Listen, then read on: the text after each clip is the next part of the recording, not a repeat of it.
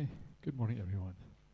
The, the numbers going down, is that right, Ella? Or are they fed up with the suttas? Or are they just getting not sure what's happening? Okay, good. We'll see. They're coming, okay. So they just take a bit of time. It's difficult on the last day because you have to get organized and things. So that's fine. Okay. So are you ready for the last day?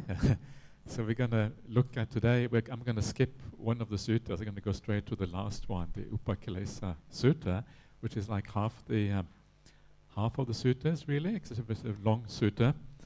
And it's one of my, I always like to say, they're one of my favorite suttas. Actually, every sutta is my favorite, but this is like my favorite. And it is one of these suttas about the Buddha's life, the Buddha talking about his own experiences, and about how he practiced to achieve awakening. And this is a very rich sutta with all kind of contents. And I don't know if I have done it here in Hong Kong before. I don't think so. Have I done? Can you remember the sutta? You can't remember. Okay, good. So some of these other ones I have probably done before. So this is interesting. So this is called the Upakilesa Sutta. And Upakilesa, as I think I mentioned yesterday, means like a defilement of the mind. That's really what it means. And sometimes, the 5 hindrances are sometimes called upakilesas. And so this is how really to deal with the hindrances of the mind. That's what this sutta really is about. But it is about much more than that. It has a lot of interesting little aspects to it. And the background to this story, as I mentioned the other day, is this famous quarrel, a famous argument at Kosambi, where the monks were arguing with each other over this really trivial matter. It doesn't actually say in the sutta what that matter was, but as usual, human beings everywhere, we tend to argue over trivial and small things. That's usually what it is about. There are some human beings who don't argue over trivial things, like the Buddha. Yeah, like Ajahn Brahm, you don't usually find Ajahn Brahm arguing over trivial things, which is nice. So it's always nice to be with people who don't do that. But it's a very common thing among humanity to do this. And the monks, unfortunately, no different. This happens also in monastic life. One of the things to realize, and one of the things that I kind of like to mention, sometimes you hear in Buddhist circles, I wish I was born at the time of the Buddha because then everyone was so great and everyone was so wonderful and wow, so many enlightened people and all these kind of things, how come I am born in the time of the downfall, everything is going down, what have I done to deserve this, what kind of bad karma did I do in the past? But actually it isn't true, it isn't like that. People always have the potential for awakening. Yes, there were some exceptional people at the time of the Buddha, but there were also many dodgy people. Many people who had all kind of defilements and all kind of problems. And one of the advantages of reading or translating what I have done, like the Vinaya Pitaka, which is all the rules and regulations for the monks and the nuns, you can see all the kind of the more ordinary side of human beings, the defilements and the problems and the issues. And there were lots of scallywag monastics in those days, just like you find that today as well. There's all kind of people, good ones, bad ones, medium ones, intermediate. And so this is an example here of monks being silly, arguing over a small little matter. And this is just the nature of human beings. And so we have to kind of take that in our stride. So let's have a look and see what happens in the sutta. So I'm going to, just as I always do, just read a little bit and then I'm going to talk a bit about it as we go along and we'll see what happens. So this sutta starts in the usual way. So I have heard, evang me suttang, the famous word at the beginning of every sutta. So this means that this is an oral tradition that has been handed down from generation to generation. That's what this means. That's why it is said in this way. At one time, the Buddha was staying near Kosambi in Gosita's monastery. Kosambi, one of the great cities of ancient India. There were 6 great cities, Savatthi, Rajagaha, Champa, Vesali, Benares, and Kosambi. I think that's 6. So, and there have been some very interesting excavations done in Kosambi. excavations that go back to the time of the Buddha, and they show that there was a large settlement there at that time. So they've actually found some of these locations, and so they know roughly the size. And this is how we know that the sizes at the time of the Buddha, cities, towns, were quite small. It was a very small society, and a large town would have a few thousand inhabitants. Yeah, so it's not, or maybe 10,000 or something like that, but nothing magnificent, nothing large compared to modern cities. Gives you an idea of what that kind of society that was like. It was mostly an agrarian, agricultural kind of society. Now at that time, the mendicants of Kosambi were arguing, quarreling, and disputing, continually wounding each other with barbed words. The Pali has the very memorable expression, the mukha satehi. Mukha is the mouth, satta is like a dagger or a knife. They were wounding each other with the daggers of the mouth. It's quite kind of, we get the idea, yeah? You know what people are like sometimes with words. We can be very harsh with words sometimes. Then a mendicant went up to the Buddha, bowed and stood to one side, and told him what was happening, adding, "Please, sir, go to those mendicants out of compassion." The Buddha consented in silence. You have again the idea of going out of compassion that you find everywhere in the suttas. That is the right way of asking the Buddha. That is what motivates the Buddha to do something. And the Buddha consenting in silence. Yeah, sometimes I would be a bit nervous. Has he consented or not? If you remain silent. That's the way they would do it in those days. And if they did not say anything, if they said something, it would be the negative. They would refuse to go. So either silent means yes, or saying something means no. That's kind of the idea here. So I guess that was kind of the dignified way that it was done by someone who, was had a special status or whatever within that society or within the Sangha. Then the Buddha went to those mendicants and said, "Enough, mendicants. Stop arguing, quarreling, and disputing." When he said this, one of the mendicants said to the Buddha, "Wait, sir. Let the Buddha, the Lord of the Dhamma, remain passive, dwelling in blissful meditation in the present life. We will be known for this arguing, quarreling, and disputing." This is what I mentioned the other day, that the monks didn't listen to the Buddha when he talks to them in this way. And it's kind of extraordinary. It's kind of, it's rude, really. Wait, please go away. That's what they're saying. Please go away, Buddha. We want to continue this argument. That's almost what they're saying. Not quite in those words. And I think it says a lot about how the Buddha was perceived in those days. He was special, of course, but he was also one monk among monks, and they treated him like people treat ordinary human beings. And so this is very interesting because it changes our appreciation of the Buddha a little bit. And instead of treating the Buddha like a god, which I think is unfortunate because we lose the connection to the Buddha if we treat the Buddha like a god or something else. When we treat the Buddha like a human being, we can communicate with the Buddha in a much more direct and immediate way. The Buddha understands us, and we can understand the Buddha much more if that is the case. Then we can have a real conversation, and we can be teachers and students. If someone is a god, well, what can you do? You just have to say yes, and you just kind of have to be blindly follow what they say because you don't really understand what's going on. And so this is a far better situation for having a student-teacher relationship. So first of all, he says, "Enough, mendicants." Alang. It's this beautiful word, alang, which means enough.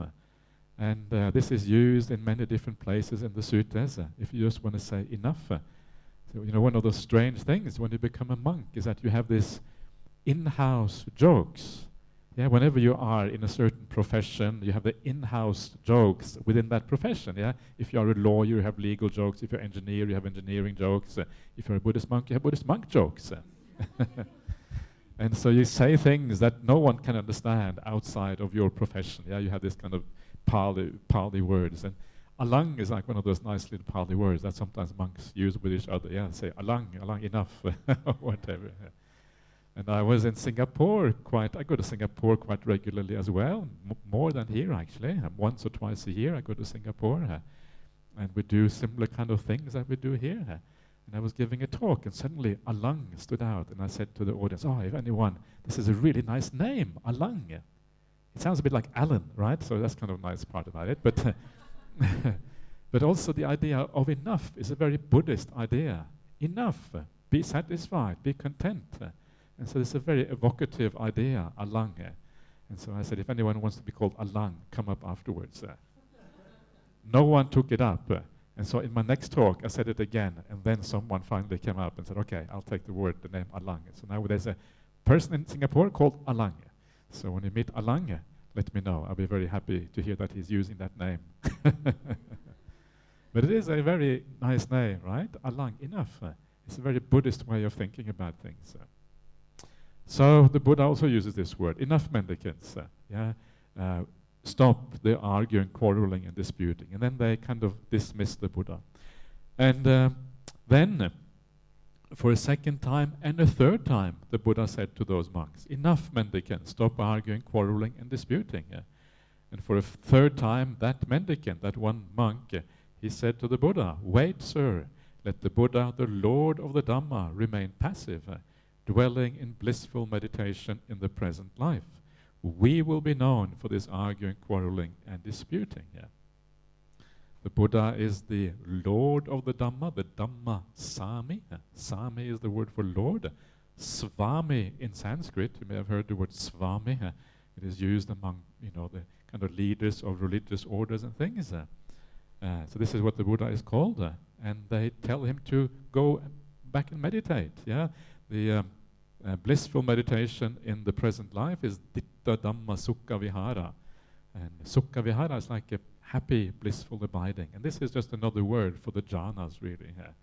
So you go back and live happily with the jhanas, that's what they're saying. So not very nice, not very impressive.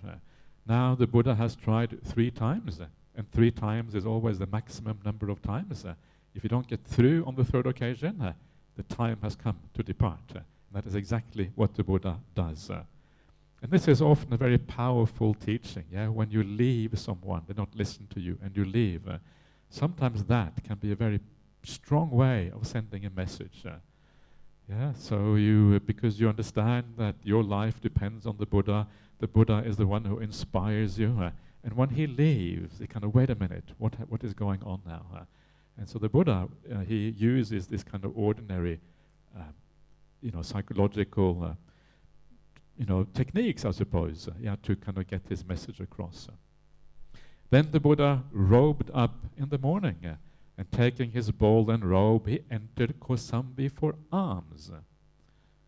After the meal, on his return from alms round, he set his lodging in order.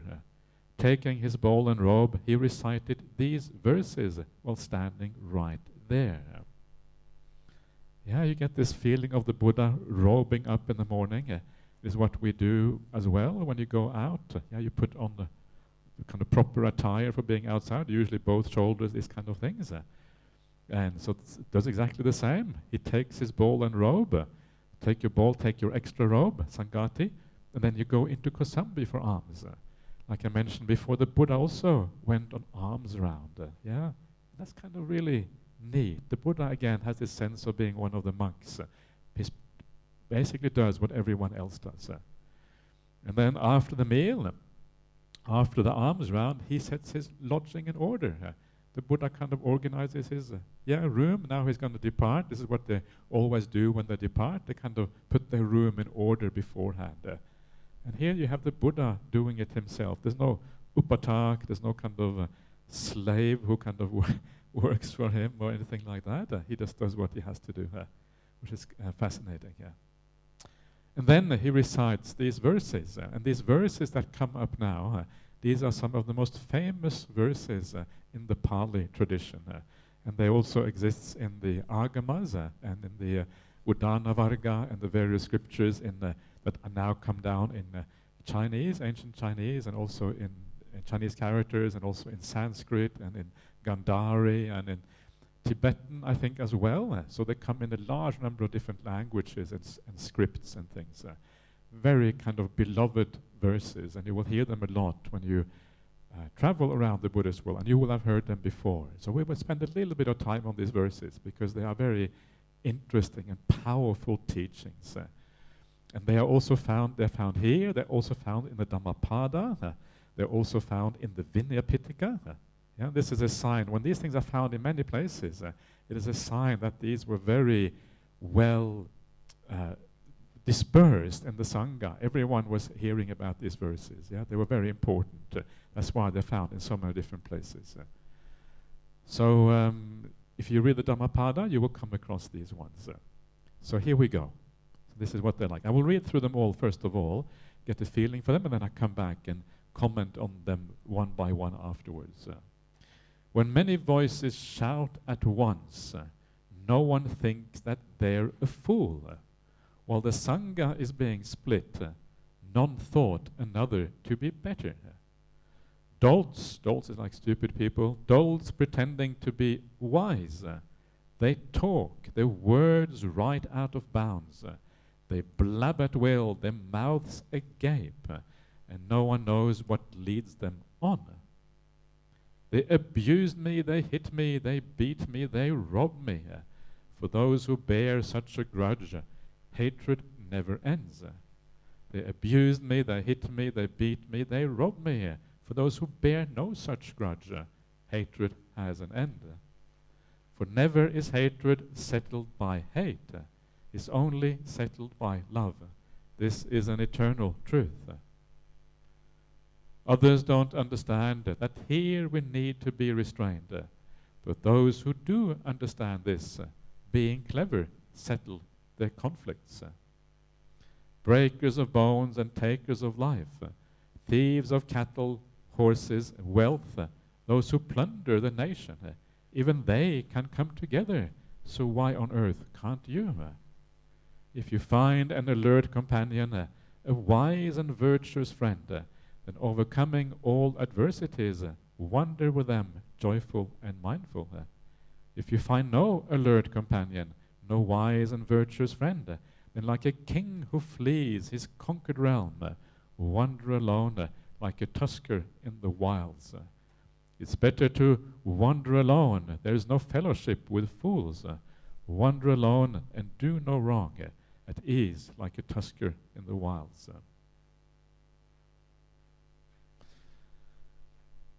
So there you are. So these are these famous verses. And so let's go back to the beginning again. So he starts out with, when many voices shout at once, no one thinks that they're a fool. Yeah, when you're part of a group and you kind of get into this group psychology, and everyone is kind of driven by the group, it's very hard to kind of hold back. You are pulled along by the force of the crowd. This is how kind of human beings work very often. But if you want to be truly virtuous, if you want to be practice the Dhamma really well, you can't really afford to be driven by the crowd. You have to be driven by the sound of your own inner drummer, as the saying goes. By your own integrity, by your own knowledge of what is right and wrong. And the crowd really becomes quite irrelevant in your life. In fact, you can be quite sure that the crowd often does not know. The crowd is often stupid. What the majority of people think is good in the world is usually not that great. The Buddha had to kind of stand apart. The Buddha had to separate himself from society. And those people who are truly special are usually those who kind of take a different path, walk a different way. And this is what we also have to do instead of following the crowd. And once you get taken in by the crowd, then you start shouting, and you don't understand that you're a fool because everyone else is shouting, so you think it's okay. Actually, it's not okay. It's just that you are being psychologically manipulated by the crowd, by the large number of people. So don't be afraid of thinking for yourself. Don't allow yourself to be led by other people. Ask yourself deeply, is it right or is it wrong? That should always be your guide, not the kind of the silliness of other people. And when you become foolish like this, then even as the Sangha is being split, the Sangha here is the monastic community of the monks and the nuns, and if the Sangha is being split, this is one of the really bad things in Buddhism. And they say that someone who is responsible for the Sangha splitting gets reborn in hell afterwards. And that's not a good idea to be reborn in hell. You agree with that? It's a bad idea, right? Not recommended to be reborn in hell. If anything is painful in this world, well, that is going to be really painful and unpleasant. And so no one thought another to be better. Yeah, you are led along by the crowd, and you're not capable of saying that there is a better solution, or that there are other people who think better. The person who thinks better here is the Buddha, and they're not able to see that the Buddha is right when he says, don't argue. So they are incapable. They are blinded by their passion and by their stupidity. So there's a lot to be understood here about standing your ground and trusting your own judgment. At the end of the day, there's only one person's judgment you can trust. That is your own. And of course, if you do find someone who is very wise, well, you using your judgment to decide that they are wise, then of course you should listen to what they say. But you should also realize that at the end of the day, it is really your judgment that it comes back to. Okay, so dolts pretending to be astute, in other words, foolish people pretending to be wise. They talk, their words right out of bounds. They blab at will, their mouths agape. And no one knows what leads them on. So you just talk. You don't know what you're saying anymore. You lose kind of your sense of what is right and what is wrong. You become really, really silly. Your kind of words just come out of your mouth. You're being driven by some inner demons, driven by the group, driven by self-righteousness, driven by stupidity. And this drives your speech. And when your speech is driven by these things, then what comes out of your mouth is not going to be very useful. In fact, it's going to be bad and stupid, etc. And this is really what this is about. Your mouth agape. Yeah? Sometimes you should get a piece of tape and tape your mouth shut, because now you know that nothing good is going to come out of your mouth right now, so better tape it shut, and then you are then there's a chance you will be okay. So, so it's kind of nice how sometimes we feel this strong compulsion inside to do things, to speak, to act. Be very careful of those compulsions, because those compulsions are often driven by unwholesome qualities. If you get upset with someone, then the compulsion can be very strong. I have to say something to that person. But when that compulsion is strong, then very often it is not the right thing. A wise person doesn't usually feel compelled. The wise person is someone who is patient. They wait for the right time to speak, the right time to make a comment, and then they make a comment. That is quite difficult to do, to have that kind of patience. We tend to be run by compulsions in our life. I have to speak, and so you speak, rather than waiting for the right time. This is one of those, this is why kanti paramang tapo titika, the idea that patience is the highest austerity in Buddhism. It's difficult to be patient. Most people can't really do it. So, then come these very famous verses that you will recognize from the Dhammapada, I'm sure. At least some of you. Those of you who are not too new to the Buddhist path. They abused me, they hit me, they beat me, they robbed me. For those who bear such a grudge, hatred never ends. This is true, right? Some of you came to me and you said that you had these grudges against people who've been lasting for years. And this is the Buddha talking to you right now. So listen. He's talking to you now. This verse is meant for you. Because if you keep on thinking about the past, you keep on reliving that trauma, reliving those negative actions by someone, then hatred never comes to an end. You cannot carry those urges, those grudges with you. If you carry those grudges with you, your life is going to remain miserable. yeah, bad, and you will carry these things on in your mind. So please don't do that. Let go of the past. Let go. If people are stupid, it's their problem. Don't make it your problem also. You're just compounding the problems in the world if we take other people's stupidity too seriously. So instead of doing that, the way you should think is as follows. They abused me, they hit me, they beat me, they robbed me. Yeah, for those who bear no such grudge, hatred has an end. And so what this means is that abuse is a given in the world. You are going to get abused. There is no human realm where there is no abuse. It doesn't exist. So you are going to get abused. That is not a question. Don't be surprised if someone abuses you. Say, oh yes, I expected that when someone abuses you. Can you do that? Oh yes, I expected that.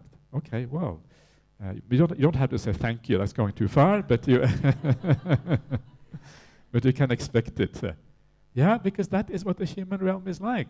That is not surprising. What is the only thing that really is important here is how you react to that abuse. That is the important thing. Abuse is a given. How we deal with it, that is the important point. And you may think that if you abuse, of course you're going to get angry, but no, that is not of course.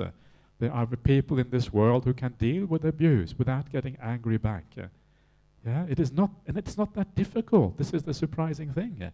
Maybe you think, wow, that is really impossible. You have to be a saint to do that. You can be that saint. That is the point. And all it takes is reflection, thinking about this in the right way. And as you think about it in the right way, gradually you overcome that urge to be angry back or to do something bad back. And then one day you feel, well, I'm not getting angry anymore, even if people are being nasty and difficult. I can deal with it. That is like you feel that you are turning around. Yeah, your supertanker, the momentum from the past, is starting to lose some of its power. And instead of going in one direction only, now you're starting to move in a different direction instead. You're changing course in your mind. Your mind is like a supertanker. A supertanker is these enormous ships. And when these enormous ships go full speed ahead, they take a long, long time to turn around. Yeah, the momentum is so strong. And our minds are a bit like that.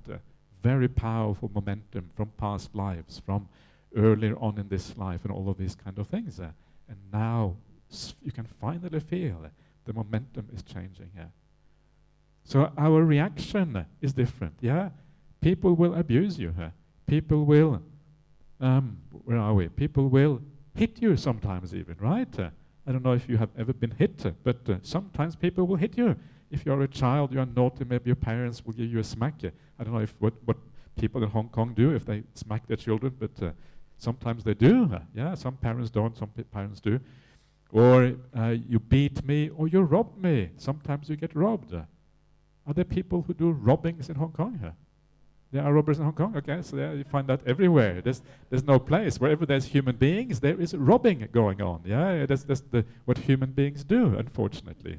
So expect to be robbed. Oh, yes, I got robbed today. All right, I expected that. Yeah, that is the wisdom, to expect these things. Because when you expect it, then you don't really, then it's kind of, okay, then it's fine. What is that story Ajahn Brahm tells? You know that story? That's a really nice story about, this was in ancient Greece. Yeah?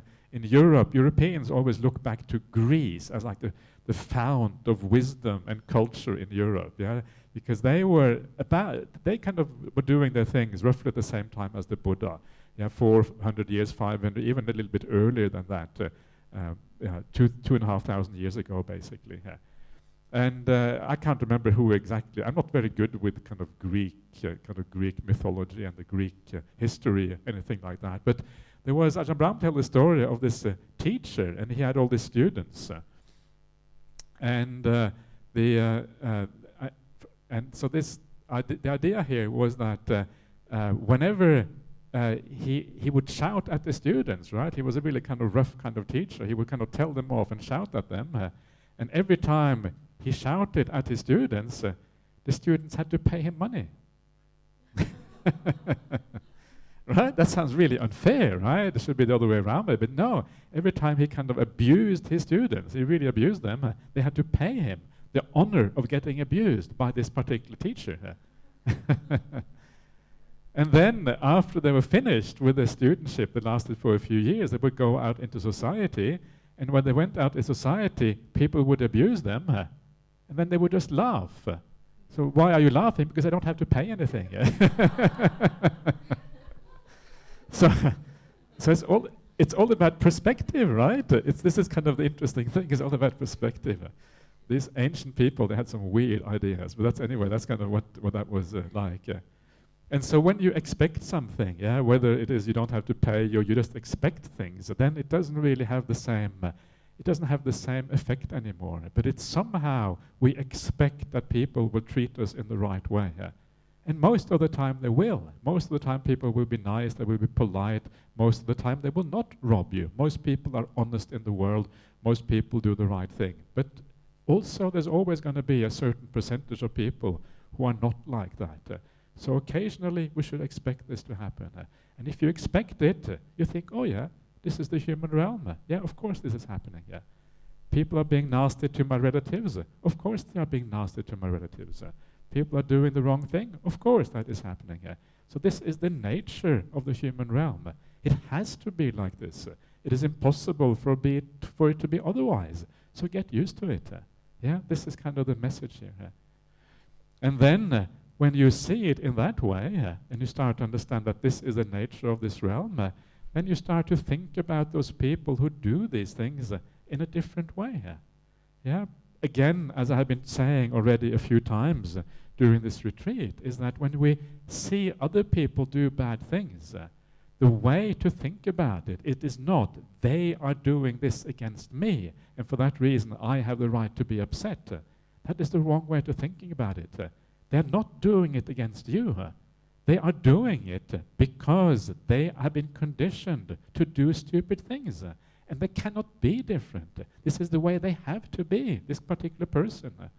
And if you were not there to receive that abuse or to receive that robbery, someone else would be there instead. Yeah, because this is what these people are like. And so don't take it, number one, don't take it personally. It is not about you. It is actually about the other person. It is about their conditioning. Got nothing to do with you. That is number one. Number two is they are trapped in that conditioning. They are trapped in that personality. It has been built up over lifetimes and early in this life. They don't have any choice. And probably that person would like to be kind. Isn't that true? Doesn't everyone really want to be kind deep down? I think most people want that because we know that kindness and a good heart, we know that it leads to happiness. And here is a person who wants to be kind, but they are incapable of being kind because the conditioning, the power of that mental defilements they have are so strong that they are incapable of doing the right thing. And when you think about it like that, instead of thinking about me, yeah, everything is about me in this world. They are doing it against me. Instead, you are turning your attention to the other person, and you're thinking, you're having compassion for them instead of thinking about this as a personal thing that is about you. The moment you understand that they are the one who has the problem, you don't really, okay, you have to bear it a little bit, but it's only a small problem. They have a real problem, bad habits, very bad prospects for maybe a future life if they carry on like that. Then you can have compassion. And it's kind of extraordinary because you can change your mind, from potentially having ill will towards the other person to having compassion in a moment like that. Because you remember, wait a minute, I'm thinking wrongly here. And then you change your mind around and you have compassion for this person who is robbing you, compassion for the person who is abusing you, because you know, okay, I can live without that money, I can just get a new credit card or whatever, and that's okay, but they have long-term bad prospects because of what they're doing.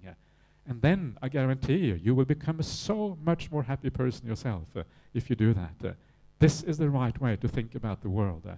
Keep on thinking like this, and if you keep on thinking like this, you will eventually become a person who very rarely gets angry with anyone. You will always have a sense of, oh yeah, this actually they have a problem. Maybe I can help them to get over that problem somehow. The first way of helping someone else is to have compassion for them. If someone abuses you, and you have compassion back, usually that abuser starts to feel a bit self-conscious. Oh, what am I doing? Yeah, they start to look at themselves all of a sudden.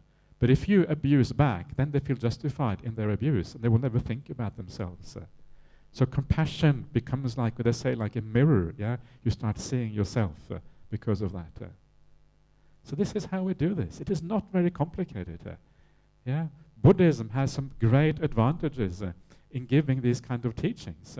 And the reason is because in Buddhism we have the idea of non-self. And most of the world has the idea of a self, and that means that you are always responsible for your actions.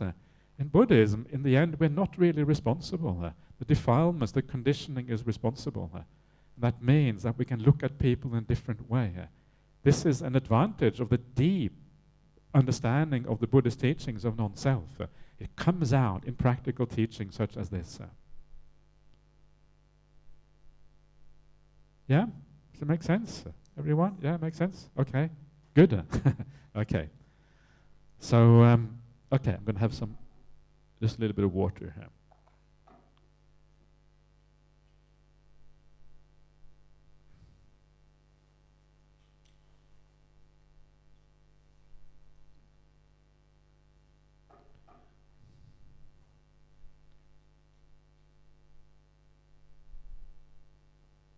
Okay.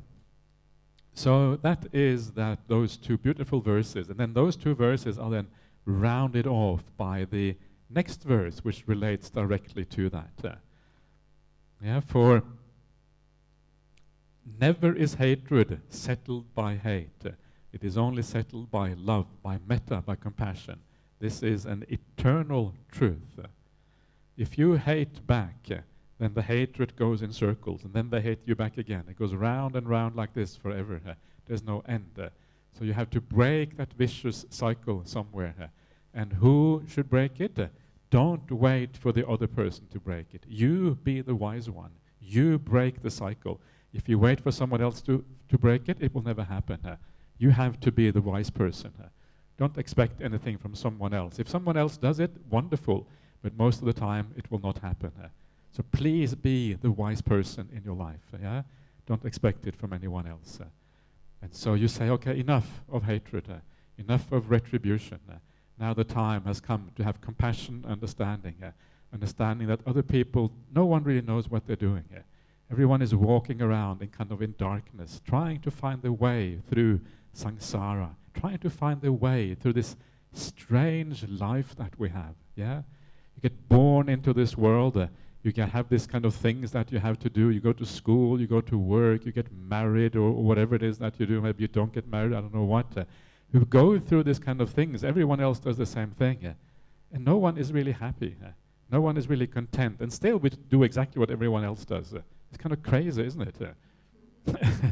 Everyone does the same, but no one is really happy. Okay. And so it's kind of a strange existence, right? It's kind of all very, very weird. And so we need to step out of that a little bit, think about things in a new way. And this is one of those things. We give that compassion for people in the world, people walking in darkness, in delusion, not understanding what life really is about, just following along what everyone else does. And then we can actually change our course. And then we can also become a light for the world. We can become a beacon for everyone else because we are living well. The Buddha becomes the beacon for us. And then we become a beacon for new people in return. And this way the Dhamma carries on from generation to generation in this way. So, So this is the way out of hatred, etc. And this is the way to do it. So the metta meditation and the practice of metta is very important. Others don't understand that here we need to be restrained. But those who do understand this, being clever, settle their conflicts. You know the time not to speak. You hold back because you know now is not the right time. And then by doing that, the conflicts are settled. And you become one of the people who live for harmony in society, and live for harmony within the group of people that you hang out with, so to speak. Breakers of bone, takers of life, thieves of cattle, horses and wealth, those who plunder the nation, even they can come together So why on earth can't you? This is like the Buddha being a bit exasperated with his monks. Yeah, I mean, even these bandits can come together and work together, but and you are monks and you can't come together. And so he is not not pleased, obviously, with what is happening. But the Buddha is no doubt he expects it because he knows human nature. If you can find an alert companion, a wise and virtuous friend, then overcoming all adversities, wander with them joyful and mindful. So if you find a real Kalyanamitta, if you discover a Buddha in the world, if you discover some areas, if you discover someone who is a bit like you, trying to find a way through the difficult life, overcoming all the hindrances and problems, then hang out with them, because they will be a good influence on you, and hopefully you will be a good influence on them. Yeah, so we find the Kalyanamittas in the world. So this is kind of what this is about, a wise and virtuous friend. And then because you have a wise and virtuous friend, you can be joyful and mindful in their presence as you wander along. Yeah. And it's very useful to have a teachers. Yeah, sometimes it's very hard to practice this path if there is no teacher. And so it is useful, at least for part of life, to spend time with someone who can teach you, especially the Buddha, but also other living teachers as well, is very useful. And so, but not all the time. Sometimes it's good to go off into solitude and to be by yourself. So you find that right balance. You have to know your needs and your requirements. If you find no alert companion, no wise and virtuous friend, then like a king who flees his conquered realm, wander alone like a tusker in the wilds. The king, his realm is conquered. Yeah, you have no business there anymore. Okay, now you just got to leave. Your kingdom has been taken over by the enemy. Yeah, if you have no virtuous friends, all you have is enemies all around. You flee from those enemies. You flee from those papa mitta. Papa mitta is the opposite of kalyana mitta. Papa means evil or bad in the Pali language. So make sure you stay clear of those papa mittas. Sometimes people say, well, but shouldn't we have compassion for these papa people, these bad people, and we should hang out with them? Well, occasionally, yes. Occasionally you have to be with people who are bad, and maybe you can teach them something. But if you spend too much time with them, you become one of them. And so that's why you shouldn't spend too much time with them. We are very strongly influenced and conditioned by the people around us. So we have to be careful who we hang out with. It is better to wander alone. There is no fellowship with fools. Wander alone and do no wrong, at ease like a tusker in the wilds.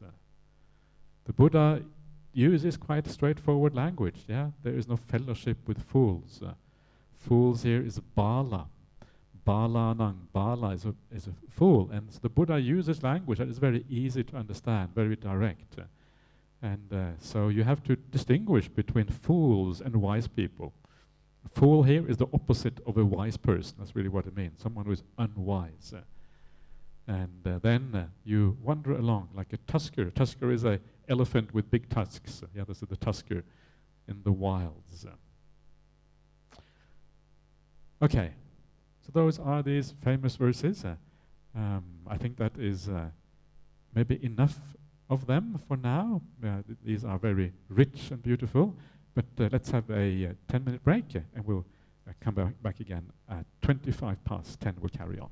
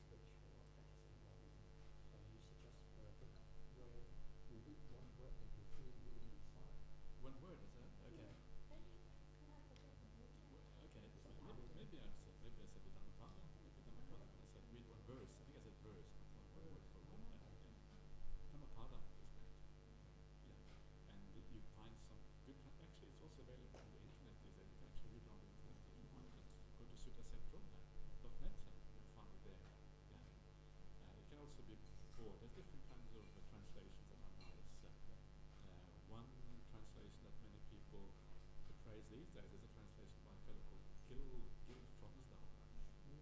Gil Fronsdal. Gil, G-I-L, Fronsdal. Fronsdal, F-R-O-N-S-D-A-L. That's a nice translation. That's a good one. That's very, very inspiring. These verses are from that. Yeah, nice verses, right? But this will remind you of this retreat when you read those verses. It will transport you back in here, and you will think, and you have all the right memories. Okay, best of luck anyway.